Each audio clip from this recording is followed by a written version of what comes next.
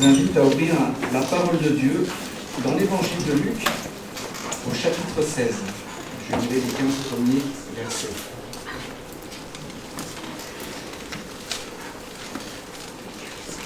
Jésus disait à ses disciples, « Un homme riche avait un gérant, et l'on vient lui rapporter que celui-ci gaspillait ses biens.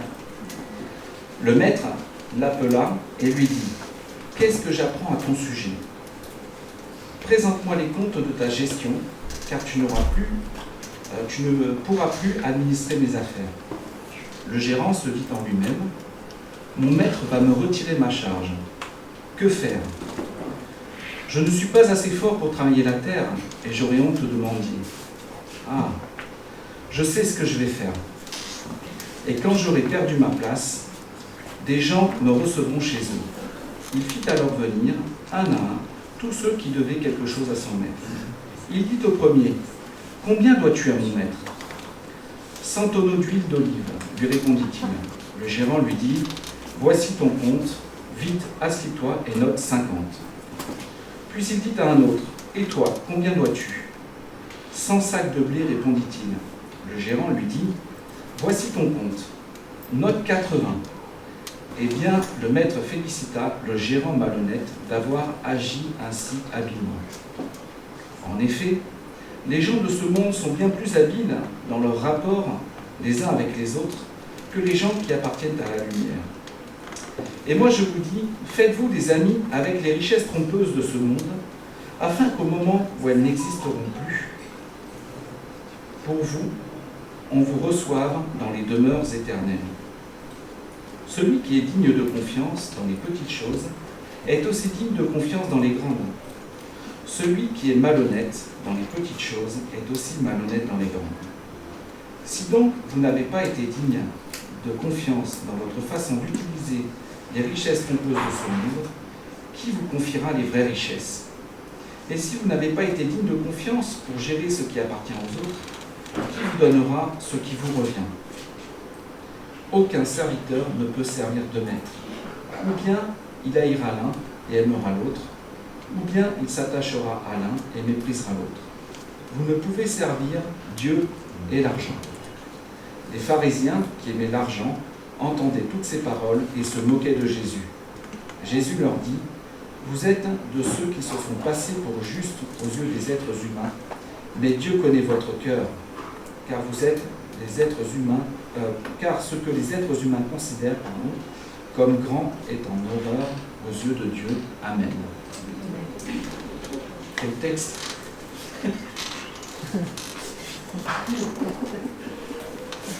Alors, il faut que je vous le dise en fait. C'est comment j'ai choisi ce texte. La semaine dernière, je cherchais. J'avais plusieurs idées, mais je ne savais pas trop comment faire. Et mon épouse me dit, je vois que tu cherches, tu ne sais pas trop. Alors, je vais t'aider. Comment tu veux faire ? Où est ta Bible ? Je dis, elle est dans le bureau. Elle me dit, je vais la chercher. Et là, donc, elle revient avec ma Bible. Et elle dit, regarde, ça va être facile, tu vas voir. Elle ouvre comme ça, et elle tombe sur la parabole de l'économe infidèle. Elle commence à lire. Et elle dit, tu vois, c'est facile. Jusqu'au moment où, quand on voit l'attitude de l'homme infidèle, on entend que le maître le loua. Elle a dit, putain, j'ai rien compris. Alors elle a cherché d'autres textes, on est tombé sur, dans l'Ancien Testament, les vignes de Naboth et Jézabel. Alors c'était compliqué aussi, puis en fait on a dit qu'on va revenir au premier. Mais je dis, puisque tu m'as aidé à choisir le texte, eh ben, tu vas m'aider à le travailler. Donc on va le lire, on va fouiller ensemble, on va creuser ensemble, et puis on va voir tout ce qu'on peut en dégager ensemble. Alors du coup elle va venir prêcher avec moi ce matin. Non, je fais ça. En tout cas, je suis très heureux, c'est pour moi un cadeau de Dieu, parce qu'on parle de cadeau ce matin, de voir que mon épouse a accepté de venir pour entendre le fruit de notre travail, et puis voir un peu comment ça se passe aussi. Alors tout d'abord, on vient de lire une parabole. Et juste pour rappeler un peu ce que sont les paraboles, Dieu parlait souvent en paraboles afin que ceux qui cherchaient vraiment à le connaître puissent comprendre ce qu'il avait à dire parce que, Jésus expliquait les paraboles. Mais pour ceux qui ne cherchaient pas vraiment, pour ceux qui pensaient tout connaître, pour ceux qui avaient un cœur endurci, en fait, il leur était impossible de comprendre les messages simples, les vérités que Jésus avait à transmettre. En fait, nous sommes dans une série de 4 paraboles qui commencent au chapitre 15, où nous avons d'abord la parabole de la brebis perdue, de la drachme perdue, puis le fils prodigue, et enfin l'économe infidèle. Et si les 3 premières s'adressent à la foule qui l'entoure, et notamment aux pharisiens qui cherchaient à piéger Jésus, la dernière semble s'adresser spécifiquement aux disciples qui souhaitent attirer leur attention sur un point important qu'il nous convient aussi de considérer nous-mêmes quant aux richesses et aux biens matériels. On a parlé de cadeaux ce matin et je pense que ce n'était pas inapproprié. Ça tombe très bien parce que quelque part, Dieu nous fait des cadeaux, mais on peut se poser la question aussi de comment nous pouvons faire aussi des cadeaux à Dieu. Je ne sais pas si vous avez remarqué, mais dans l'évangile de Luc, la thématique des richesses et des biens, la façon dont on gère ce que Dieu nous confie, c'est quelque chose qui revient assez souvent. On a la parabole des talents, la parabole du riche insensé, l'économe infidèle, il y en a plusieurs comme ça. Et là, donc, cette parabole pourrait se découper en 2 parties. On a une première partie qui va du verset 8, où en fait Jésus raconte cette histoire de l'économe infidèle. Et puis dans une deuxième partie qui correspond davantage aux explications sur ce que l'on peut faire en fait avec ce que Dieu nous confie, du verset 8 au verset 15. Et donc dans cette première partie, c'est une parabole que nous connaissons bien, Jésus raconte l'histoire de cet homme riche qui avait confié ses biens à un économe infidèle qui dilapidait ses biens et qui a été dénoncé. Le maître vient lui demander de rendre des comptes et lui va devoir trouver une solution pour pouvoir s'en sortir, afin qu'il n'aille pas pointer au chômage à France Travail et demander un rendez-vous à Ludo. Alors dans les protagonistes, on a tout d'abord l'homme riche. On ne connaît pas grand-chose sur lui, mais on peut considérer que cet homme riche était un propriétaire terrien, comme c'était le cas souvent à l'époque, qui avait des biens immenses au point de nécessiter le recrutement d'un économe. Il lui avait donné carte blanche pour gérer en fait et administrer la globalité de ses richesses, de ses biens, de manière à ce qu'il puisse prospérer et que ses biens lui rapportent. On ne sait pas plus de choses que ça sur lui. L'économe, on pourrait l'appeler aussi un gérant, un intendant, un administrateur, un trésorier. Pour nous, c'est Marie-Lise. Elle n'est pas là. C'est le personnage principal de cette parabole. Il avait la responsabilité des récoltes, du stockage, des négociations, des ventes, des comptes, et certainement qu'il devait avoir à son service beaucoup de personnes pour pouvoir faire fructifier un peu les biens de son maître. Rien ne lui était interdit. Il avait la liberté de gérer comme bon lui semblait pour que les biens de son maître lui rapportent, pourvu qu'il soit efficace et que ça profite à son propriétaire. Il avait l'autorité légale pour gérer les biens de son maître. C'était quelqu'un qui devait être important parce qu'on n'accède pas à ce type de poste n'importe comment. Il avait certainement des connaissances et des compétences pour accéder à de telles responsabilités. Et enfin, on a des débiteurs. Les débiteurs sont au nombre de 2, probablement qu'ils devaient être plus nombreux. On ne sait pas grand-chose sur eux, à part qu'ils étaient redevables envers le maître. L'un devait 100 mesures d'huile, l'autre 100 mesures de blé.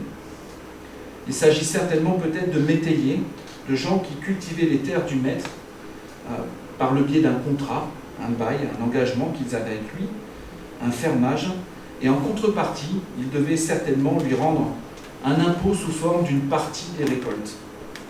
Et ces débiteurs devaient beaucoup d'argent au maître, et ils ont accepté l'offre de l'économe infidèle sans discuter, sans poser de questions. En fait, l'économe, voyant que sa situation va mal, pour lui, il se dit qu'il ne peut pas mendier, qu'il ne peut pas travailler la terre, il va devoir trouver une solution. Et en fait, il décide en lui-même de trouver un stratagème avantageux, forcément pour lui en premier, qui pourrait être aussi avantageux pour les débiteurs dans un premier temps, et qui est forcément au détriment de son maître. Tout ça pour sauver sa peau. Il décide de remettre une partie des dettes au débiteur afin qu'il lui soit redevable au moment où lui serait dans la panade. Et afin qu'il ne perde pas la face et qu'il n'ait pas à mendier. Et en fait, quand on considère les remises qu'il a faites, elles sont assez conséquentes. Alors en recherchant un petit peu, 50% de 100 mesures d'huile pouvaient représenter quasiment un an de salaire d'ouvrier. C'est pas rien. 20% de remises sur 100 mesures de blé pouvaient représenter quasiment 2 ans de salaire d'ouvrier. Alors, je ne sais pas si c'est complètement vrai ou pas. En tout cas, ce qu'on peut dire, c'est que les remises étaient sacrément conséquentes. Imaginez-vous ce que cela pouvait représenter pour ces débiteurs. Ils devaient avoir certainement beaucoup de gratitude envers l'économe pour un tel cadeau. Et qu'en retour, forcément, le jour où il aurait besoin, il n'hésiterait pas un instant à pouvoir l'aider. Et pour l'économe, c'était encore bien plus facile de faire cela avec l'argent qui ne lui appartenait pas. C'est toujours plus facile avec l'argent des autres. Il n'y a pas de problème. Moi, je peux vous donner tout ce qui ne m'appartient pas. Bien qu'il ait la liberté d'agir comme bon lui semble, il a quand même organisé le plus grand détournement de fonds qui soit. Une supercherie uniquement dans le but de sauver sa peau et de servir ses intérêts, et dont les débiteurs n'avaient certainement pas connaissance. En fait, cet homme aux piètres valeurs morales est présenté d'abord comme un mauvais gestionnaire qui dilapide les biens de son maître, sans s'en soucier. Puis comme un voleur qui fait don de ce qui ne lui appartient pas, et enfin comme un manipulateur qui use de stratégies pour paraître bon aux yeux des débiteurs, généreux, qui se soucie d'eux, mais qui en fin de compte n'en a rien à faire. Il cherche simplement à s'attirer les faveurs de ceux qui lui sont redevables. Son seul objectif, encore une fois, c'est de se servir, de sauver sa peau, de travailler pour son intérêt au détriment de son maître. En fait, cet économe est infidèle au principe qui devrait guider ses pas, puisqu'il utilise ces choses à mauvais escient. On peut voir que l'attitude dans laquelle il le fait n'est certainement pas bonne. Il fait du bien aux autres, mais pour de mauvaises raisons. Il manque totalement de vérité, de sincérité et d'honnêteté. Et malgré tout cela, ce qui est surprenant dans ce texte, c'est qu'au verset 8, le maître le loua d'avoir agi ainsi. Au lieu de le condamner pour son attitude et le détournement de ses biens, il le félicite pour sa prudence. C'est assez surprenant. Je ne sais pas ce que vous auriez fait à la place de ce maître, si vous l'auriez loué d'avoir donné de l'argent. Alors déjà, il a dilapidé vos biens, mais en plus, il continue à le faire. Il remet à tout le monde. Et lui, il le félicite. C'est quand même curieux. Hein, c'est là où on a réfléchi, on a dit, putain, c'est compliqué à comprendre. Il va falloir qu'on travaille. En fait, la clé de la compréhension de cette parabole se situe à partir du verset 8. On peut lire « Car les enfants de ce siècle sont plus prudents à l'égard de leurs semblables que ne le sont les enfants de lumière. » Je ne sais pas si vous avez eu le temps de réfléchir un peu à cette parabole, mais les enfants de ce siècle correspondent aux incroyants, dont les préoccupations sont finalement tournées vers les choses du monde, sans se soucier des choses célestes, de Dieu, de l'existence de ce Dieu qui prend soin de nous, et dont l'économe fait partie. Les enfants de lumière, eux, correspondent aux disciples de Jésus, appelés à rayonner dans ce monde et à servir pour la gloire de Dieu, en cherchant l'intérêt de Dieu avant le nôtre, sachant que nous avons été créés pour cela et que nous ne sommes que de passage sur cette terre. Et le piège serait de croire en fait que cette parabole, comme dans beaucoup d'autres paraboles, le riche représente Dieu et l'économe, les croyants. En fait, contrairement justement aux autres paraboles, les personnages ne représentent pas Dieu ni les croyants. Parce qu'il serait difficile de penser que Dieu, donc qui serait l'homme riche, puisse féliciter et encourager son serviteur à agir de la sorte. Dieu n'encouragera jamais ses enfants à pécher en étant malhonnêtes, en volant ou en usant de supercherie pour servir leurs propres intérêts. En fait, Jésus ne cherche pas à faire l'éloge des qualités morales de l'économe, mais plutôt de son action. Il ne s'agit donc pas de ce qu'il est, mais de ce qu'il a fait. Jésus compare cet économe en fait aux enfants de ce siècle, donc aux incroyants, et met en avant cette attitude prompte à agir en usant de sagesse, de réflexion, de motivation, de stratégie pour parvenir à garantir leur intérêt, leur prospérité matérielle et leur bien-être ici-bas. Et il met aussi en évidence les enfants de lumière, donc les croyants, qui sont dans une attitude parfois beaucoup moins investie et moins prompte à agir de la même manière dans la gestion de ce que Dieu leur confie, pour faire avancer le royaume de Dieu et ainsi se constituer des trésors dans le ciel pour l'éternité. On peut lire par exemple dans Matthieu chapitre 6, versets 19 à 21, « Ne vous amassez pas des trésors sur la terre, où la teigne et la rouille détruisent, et où les voleurs percent et dérobent. Mais amassez-vous des trésors dans le ciel, où la teigne et la rouille ne détruisent point, et où les voleurs ne percent ni ne dérobent. Car là où est ton trésor, là aussi sera ton cœur. » En fait, cette parabole est une critique à l'encontre des croyants sur la manière de gérer les richesses terrestres.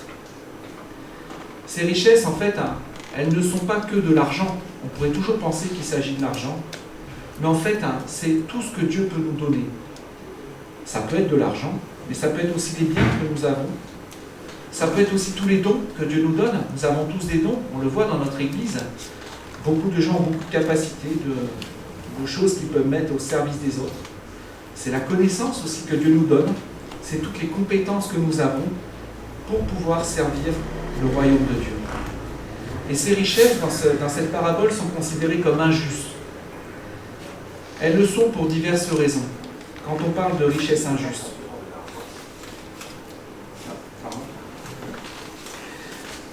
la première raison pour laquelle on pourrait dire que ces richesses sont injustes, c'est la façon dont elles sont réparties dans le monde. Parce que selon l'époque à laquelle vous vivez, le pays dans lequel vous êtes, la famille dans laquelle vous naissez, les capacités que vous avez, eh bien, vous aurez plus ou moins d'argent, de biens, de dons, de capacités, etc. Les richesses sont réparties dans ce monde de manière injuste et on ne comprend pas toujours pourquoi il en est ainsi. Tout n'est pas toujours mérité, tout n'est pas toujours le fruit du labeur. Parfois, ça peut être obtenu par héritage, parfois, ça peut être aussi obtenu par malhonnêteté. On voit que les choses ne sont pas forcément justes. Et dans notre monde, beaucoup souffrent du manque d'argent, de travail, de nourriture, de soins, de beaucoup d'autres choses. Une autre raison, et qui est certainement celle qu'on pourrait considérer dans ce texte, c'est que ce que nous avons ne nous appartient pas. Nous n'avons rien que Dieu ne nous ait accordé. Tout ce que nous avons est un cadeau de Dieu, comme cela a été dit ce matin, que nous obtenons par sa grâce. Dieu ne nous accorde pas tous la même chose, nous n'avons pas tous la même situation, les mêmes biens, mais ce qui compte, ce n'est pas forcément ce que nous avons, mais ce que nous faisons avec ce que nous avons. Comment nous le gérons. Ce qu'il y a vraiment dans le fond de notre cœur, la manière dont nous agissons dans notre cœur avec ce que Dieu nous confie. Et à partir du verset 9 jusqu'au verset 13, nous trouvons plusieurs applications, des explications et des applications que l'on peut considérer. Et j'ai retenu en fait dans cette parabole 3 points qui peuvent nous aider à réfléchir sur justement la manière dont nous pouvons gérer ce que Dieu nous accorde. La première application que Jésus met en avant, c'est l'utilisation de nos ressources pour l'avancement de son royaume. Ce n'est pas l'utilisation de nos ressources pour notre bien personnel, mais pour l'avancement de son royaume.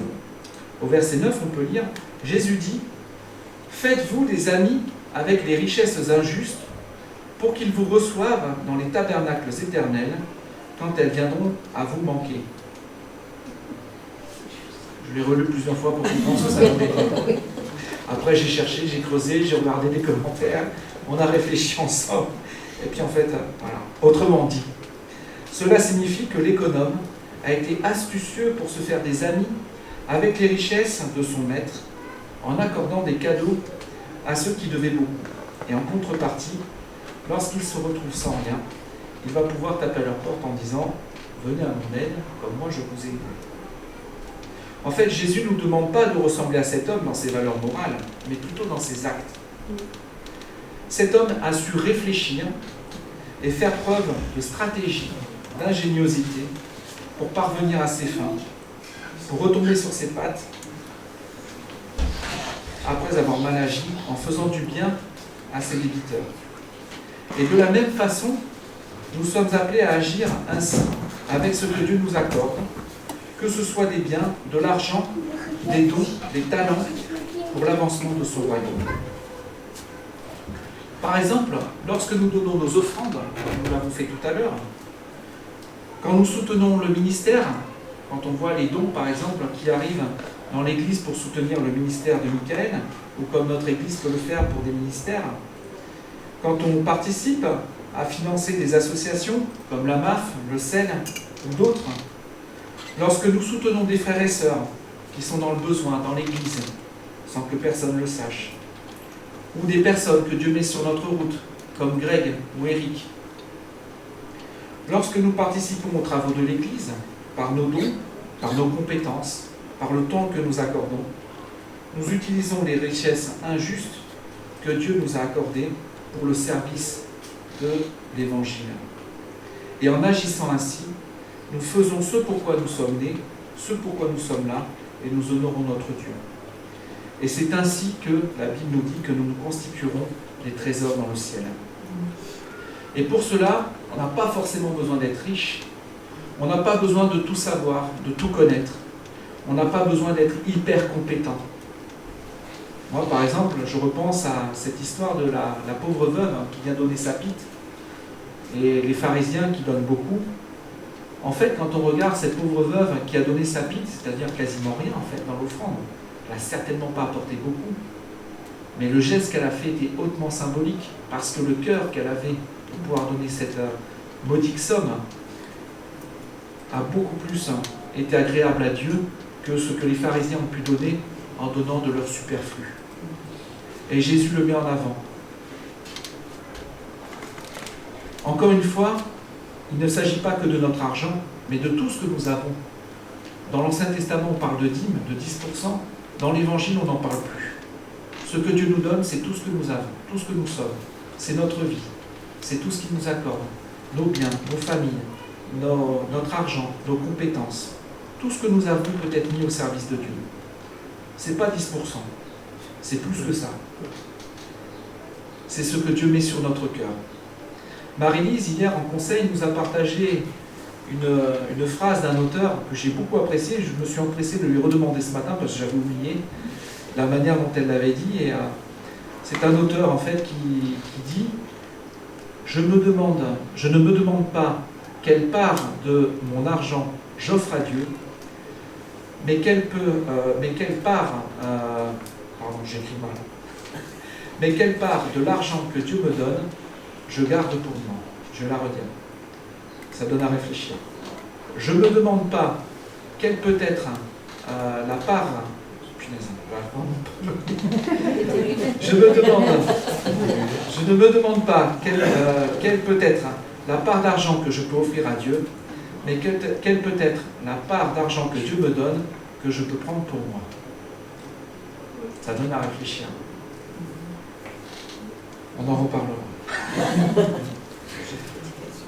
Par ailleurs, la Bible nous rappelle bien que nous ne sommes que de passage sur cette terre. Tout ce que Dieu nous donne, en fait, nous ne l'emporterons pas avec nous. Nous sommes pèlerins. Et le but de notre vie n'est certainement pas de travailler pour notre propre gloire, mais pour la gloire de Dieu, afin d'accomplir les œuvres qu'il a préparées d'avance pour nous. Éphésiens 2, verset 10 nous dit « Car nous sommes son ouvrage, ayant été créés en Jésus-Christ, pour de bonnes œuvres que Dieu a préparées d'avance afin que nous les pratiquions. » Notre but n'est donc pas d'amasser des richesses et des biens, et d'en profiter égoïstement en ne regardant qu'à soi, à notre propre intérêt, à notre petit confort, sans considérer les besoins des autres, sans considérer le besoin des frères et sœurs, les besoins de l'Église, de ceux qui sont autour de nous, de ceux que Dieu place sur notre chemin, mais de considérer vraiment tout ce que Dieu nous confie pour que nous puissions, avec un cœur honnête et sincère, lui donner gloire. La deuxième application concerne la manière dont nous gérons les biens que Dieu nous confie. Versets 10 à 12 nous dit « Celui qui est fidèle dans les moindres choses l'est aussi dans les grandes, et celui qui est injuste dans les moindres choses l'est aussi dans les grandes. Si donc vous n'avez pas été fidèle dans les richesses injustes, qui vous confiera les véritables? Et si vous n'avez pas été fidèle dans ce qui est à autrui, qui vous donnera ce qui est à vous ?» Encore une fois, Jésus nous rappelle que nous ne possédons rien que Dieu ne nous ait donné dans sa grâce. En fait, nous ne sommes que des gestionnaires de ce que Dieu nous confie. Nous avons la liberté de pouvoir faire ce que nous voulons, ce que bon nous semble, avec les richesses que Dieu nous donne. Mais nous aurons forcément des comptes à rendre sur la manière dont nous aurons agi à l'égard de ce qu'il nous a confié. Celui qui aura été fidèle avec Dieu, avec ce que Dieu lui a accordé ici-bas pour servir son royaume, au travers de tout ce qu'il aura pu faire, tout ce qu'il aura pu dire, tout ce qu'il aura pu entreprendre, recevra davantage dans le royaume de Dieu. Vous connaissez bien la parabole des talents, que l'on peut lire dans Matthieu 25, que le Seigneur en fait nous accorde un talent, 2 talents, 5 ou 10, peu importe. Qu'est-ce que nous faisons de ces talents? Est-ce que nous les gardons pour nous, enfouis, de manière à ce que personne ne les remarque? Je les ai pour moi, j'ai tellement peur, j'ai tellement honte, je suis gêné, je n'ose pas, alors je les garde pour moi et j'essaie de faire en sorte que personne ne le remarque. Je les mets dans un coffre-fort et puis on verra plus tard. Est-ce qu'au contraire, je les utilise uniquement pour moi, pour me servir, pour me faire du bien, et tant pis, si j'ai la possibilité de le faire pour d'autres, eh bien, chacun ses problèmes, chacun sa vie. Moi, je regarde à moi et j'avance comme ça, et comme ça, tous ceux qui sont sur le côté, je ne les remarque pas. Ou alors, est-ce que j'essaie de les mettre au service des autres? Et à chaque fois, j'en ai l'occasion, par une aide, par exemple, devant les boulangeries, il m'arrive souvent de voir des gens qui sont là dans l'attente, qu'on puisse leur donner quelque chose, et systématiquement, en fait, j'ai à cœur de leur offrir un sandwich, une boisson, quelque chose, parce que pour moi, ça paraît quelque chose de normal et de naturel. Et c'est des choses qu'on fait, en fait, dans lesquelles on n'attend pas de retour. Alors ça peut être ça, mais ça peut être vous avez tous des exemples de ce que ça peut être. Comment on peut aider un voisin, comment on peut aider quelqu'un de sa famille, comment on peut intervenir. Parfois, ça nous prend du temps, parfois, ça peut être de l'argent. C'est un investissement que nous faisons pour lequel nous n'avons pas forcément de retour, pas forcément de remerciement. Nous n'attendons pas de gratitude, mais nous savons que c'est bien.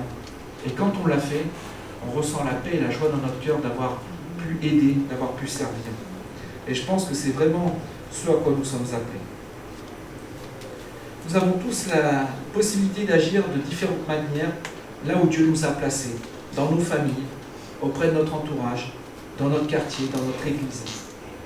Et si nous sommes fidèles, honnêtes et responsables avec ce que Dieu nous confie, même dans les petites choses, nous honorons notre Dieu et la Bible nous dit que nous recevrons notre récompense. Dans Matthieu 25, verset 23, vous connaissez bien cette phrase qui dit « C'est bien, bon et fidèle serviteur, tu as été fidèle en peu de choses, je te confierai beaucoup, entre dans la joie de ton maître. » Enfin, la troisième application concerne la mise en garde quant à l'amour de l'argent. Le verset 13 nous dit « Nul ne peut servir deux maîtres, car ou il haïra l'un et aimera l'autre, ou il s'attachera à l'un et méprisera l'autre. Vous ne pouvez servir Dieu et Mammon. » En fait, Mammon signifie richesse, en araméen, et ça fait référence simplement à l'argent ou au bien. Souvent, en fait, ce terme, on peut voir qu'il était personnifié, comme si Mammon était le dieu de l'argent. En fait, c'est simplement la traduction d'argent en araméen. La Bible nous met en garde quant à l'amour de l'argent, qui est en fait une forme d'idolâtrie.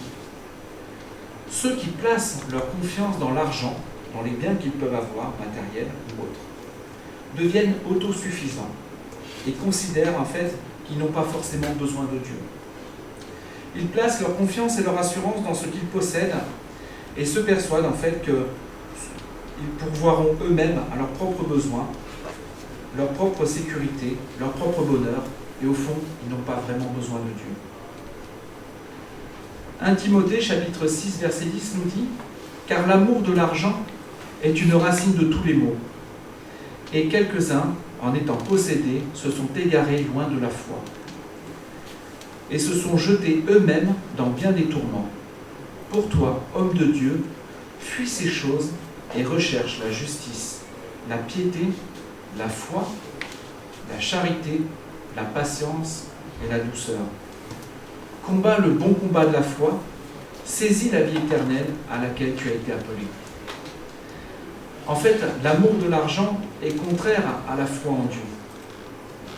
Au contraire, elle nous engage, la Bible nous engage à rechercher ce qui est juste et agréable à Dieu, et à placer notre confiance en lui pour lui faire connaître nos besoins au moment opportun, et à agir avec foi, convaincu que quelle que soit la situation dans laquelle nous passerons, Dieu sera toujours là pour pourvoir à nos besoins, qu'ils soient matériels, qu'ils soient financiers ou de quelque ordre que ce soit. Luc chapitre 12 nous dit « Jésus dit ensuite à ses disciples, « C'est pourquoi je vous dis, ne vous inquiétez pas pour votre vie de ce que vous mangerez, ni pour votre corps de quoi vous serez vêtus. La vie est plus que la nourriture, et le corps plus que le vêtement. Considérez les corbeaux. Ils ne sèment ni ne moissonnent. Ils n'ont ni cellier ni grenier, et Dieu les nourrit. Combien ne valent-vous pas plus que les oiseaux? Qui de vous, par ses inquiétudes, peut ajouter une coudée à la durée de sa vie? Si donc vous ne pouvez pas même la moindre chose, pourquoi vous inquiétez-vous du reste? Considérez comment croissent les lys. Ils ne travaillent ni ne filent. Cependant, je vous dis que Salomon même, dans toute sa gloire, n'a pas été vêtu comme l'un d'eux. Si Dieu revêt ainsi l'herbe qui est aujourd'hui dans les champs et qui demain sera jetée au four, à combien plus forte raison ne vous vêtira-t-il pas, gens de peu de foi? Et vous ne cherchez pas ce que vous mangerez ou ce que vous boirez, ne soyez pas inquiets, et ne soyez pas inquiets, car toutes ces choses, ce sont les païens du monde qui les recherchent. Votre Père sait que vous en avez besoin. Cherchez plutôt le royaume de Dieu, et toutes ces choses vous seront données par-dessus. Ne crains point, petit troupeau, car votre Père a trouvé bon de vous donner le royaume. Vendez ce que vous possédez et donnez-le en aumône. Faites-vous des bourses qui ne s'usent point, un trésor inépuisable dans les cieux, où le voleur n'approche point et où la teigne ne détruit point. Car là où est votre trésor, là aussi sera votre cœur. Je dirais pour conclure que cette parabole de l'économe infidèle nous invite à réfléchir vraiment sur la manière dont nous gérons ce que Dieu nous a confié, que ce soit de l'argent, des biens, des talents, des connaissances. En parlant ainsi de l'économe infidèle comme quelqu'un de sage et d'avisé, cela nous encourage aussi à agir de la sorte en étant astucieux, prévoyant dans la gestion de ce que nous avons. Enfin, cette parabole ne nous encourage pas à la malhonnêteté, à la tricherie, à la supercherie, mais nous rappelle que tout ce que nous avons nous vient de Dieu et que cela doit être utilisé pour l'avancement de son royaume au travers de tout ce que nous sommes amenés à pouvoir faire autour de nous, dans notre Église, avec les frères et sœurs, notre entourage, nos amis, nos collègues, pour la gloire de Dieu. Amen. Je vous invite à un petit